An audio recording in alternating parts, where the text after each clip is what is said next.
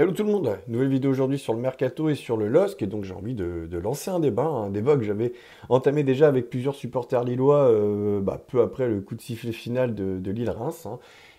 Donc je précise, j'ai aucune info à ce sujet, hein. Si vous voulez en savoir plus sur la situation d'Edon Zegrova, renseignez-vous vraiment auprès de nos confrères du Petit Lillois ou de la Voix du Nord, hein, qui sont souvent très bien renseignés sur l'actu des Dogs. Mais voilà, j'ai envie de lancer le débat et d'avoir votre avis, surtout parce que c'est un sujet que je trouve vraiment très intéressant. C'est est-ce que finalement, ce ne serait pas la meilleure option possible, tant pour le LOSC que pour le joueur, qu'Edon Zegrova aille jusqu'au bout de son contrat avec Lille, c'est-à-dire tout au long de la saison prochaine, soit jusqu'en juin 2026, et donc partir en transfert libre, hein, donc d'imiter Jonathan David et Angel Gomez.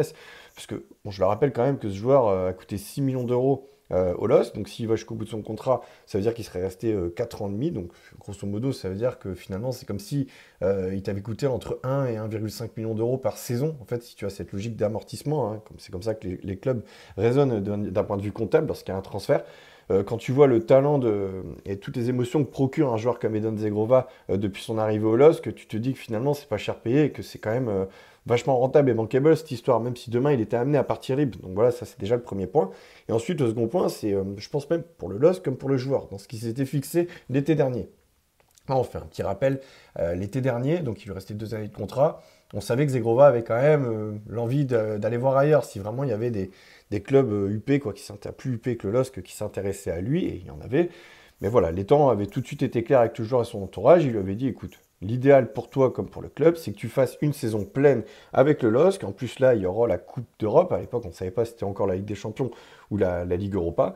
Et il lui avait dit, il a tenu ce discours. Il a dit, tu nous fais une saison pleine, tu essaies d'être plus régulier, d'avoir plus de stats. Et en plus, tu as la perspective vraiment de rayonner dans une très belle compétition. Plus UP déjà que la Conference League qu'il avait disputée donc un an auparavant. Donc finalement, pour lui, c'était très bien parce que il avait été en plus le héros du LOSC durant cette campagne ces tours préliminaires de qualification. Il avait mis des buts importants, tant contre Fenerbahçe que le Slavia Prague. Donc c'est lui qui emmène le LOSC, qui le porte en Champions League. Et ensuite, il a rayonné durant cette compétition. Donc il a prouvé aux yeux de l'Europe qu'il était justement à un niveau de calibre Champions League. Donc ça, pour lui, jusque-là, tout va à merveille pour lui. En Ligue 1, on sent qu'il peut faire mieux, qu'il peut faire plus de stats, mais c'est déjà intéressant. Il y a déjà pas mal de stats aussi. Donc on était quand même plutôt bien parti. Et après, il y a cette blessure, hein, cette sale blessure vraiment au pubis qui peut vous renseigner auprès de médecins du sport ou kiné si vous avez dans votre entourage.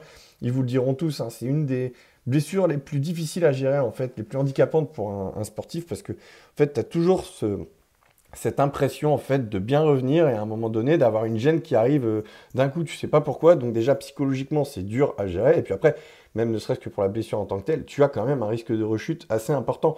Donc là après, bon, on dit que ça a été mal géré en interne, hein, du côté de Lille, cette situation avec cette blessure, opération ou non, etc. Bon, moi j'ai pas envie de rentrer dans les détails ni parler de ça, c'est pas le sujet.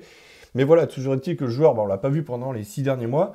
Donc moi je me mets à sa place, je me dis en fait finalement, t'es même pas dans les meilleures dispositions pour négocier le meilleur contrat possible. Et on sait que il est vraiment un tournant, hein, dans sa carrière, parce que voilà, là, il peut vraiment se servir du LOSC comme un club tremplin pour aller chercher plus haut et un top club, et surtout négocier un gros contrat sur les 4 ou 5 prochaines saisons. Après, peu importe ce qui se passe, hein, qu'il foire dans ce club ou autre, je veux dire, il pourra toujours être prêté ailleurs ou autre, mais il sera toujours à ce niveau de salaire. Et ça, c'est hyper précieux pour un joueur, on le sait. Et donc, moi, je me dis, il ne se met pas dans les meilleures dispositions pour négocier avec son agent, en sachant qu'il n'a pas joué depuis les 6 derniers mois. Et après, pareil pour le LOSC. L'idée, c'était de le vendre 20-25 millions. Bon, là, on sera très loin, ça me paraît même impossible. Je me demande même si un club serait capable de mettre 15 millions d'euros déjà. Alors, ça tombe, c'est peut-être déjà le cas, hein, parce qu'on part de Naples. Moi, j'ai aucune info là-dessus, à ce niveau-là. Je préfère vous le dire, c'est vraiment un point de vue personnel. Et je veux lancer le débat avec vous, avoir votre avis sur ce sujet.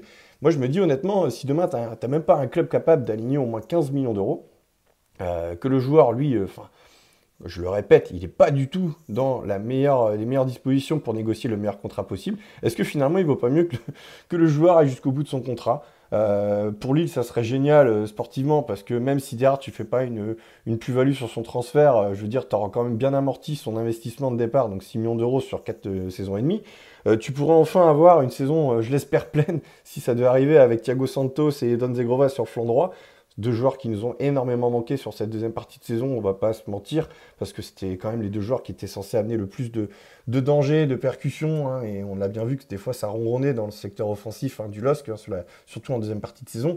Donc voilà, si on pouvait les avoir, qui rayonnent à nouveau, même en Ligue Europa, je pense que le joueur il a tout à y gagner finalement, et j'ai même envie de dire que si tu veux jouer la sécurité, et je crois que j'avais vu justement une info sur ce sujet il y a de ça plusieurs mois, je sais plus où exactement, on disait qu'il y avait même pourquoi pas cette possibilité que Lille accepte de jouer le jeu en le prolongeant même d'une saison, avec même une revalorisation salariale, ce qui resterait même risqué pour Lille, hein. Tu sais pas aussi comment tu vas le récupérer la saison prochaine et même là cet été, hein, je veux dire, hein. C'est risqué pour le club qui pourrait le recruter là pour au moins 15 ou 20 millions d'euros, mais ça serait pareil pour Lille hein, s'il faisait ça. Et moi je me dis, bah tu peux même le prolonger éventuellement d'un an et te mettre d'accord avec lui pour dire, par contre l'année prochaine tu pars pour 12 ou 15 millions. Comme ça, au moins le joueur il sait qu'il est tranquille, il peut faire sa saison.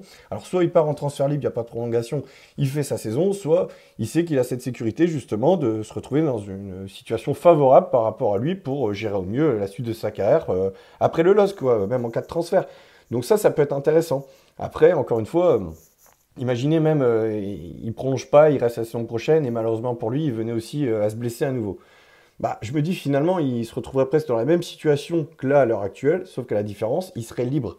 Il serait libre, donc forcément, ça sera beaucoup plus facile pour lui de négocier un meilleur contrat. C'est juste que, bah, forcément, pour lui, si tu te blesses déjà cette saison et encore un peu la saison prochaine, ça sera peut-être plus compliqué de repartir sur un club plus huppé que le LOSC. Mais je pense que dans tous les cas, en étant libre, il aura toujours l'occasion quand même de trouver chaussure à son pied et surtout de négocier un meilleur contrat, quoi. Surtout s'il n'y a pas d'indemnité de transfert. Donc voilà, je voulais lancer ce débat. Encore une fois, je le répète, j'ai aucune info à ce niveau-là. Mais voilà, je trouve ça intéressant parce que bah, quand j'en parlais un peu avec les supporters après Lille-Reims, les avis étaient quand même assez partagés, mais finalement, on était quand même une grande majorité à se dire que bah, finalement, ce serait la meilleure option tant pour le joueur Edon Zegrova que pour le LOSC et Olivier Létang, que le joueur aille jusqu'au bout de son contrat en juin 2026. Voilà, c'est tout pour moi. Vivons, vivons foot. Et à très bientôt sur des vidéos pour des vidéos sur le mercato, sur le LOSC. Ouais, je bafouille quoi. Et puis oui, j'oubliais, n'hésitez pas à commenter, hein, vraiment, hein, si vous avez aussi des idées de joueurs, des profils qui pourraient intéresser le LOSC, des joueurs qui vous ont plu, hein, que ce soit en Ligue 1, en Ligue 2 ou ailleurs, hein, dans d'autres championnats étrangers. Hein. On sait qu'on regarde beaucoup du côté des Pays-Bas, de la Belgique, des pays scandinaves.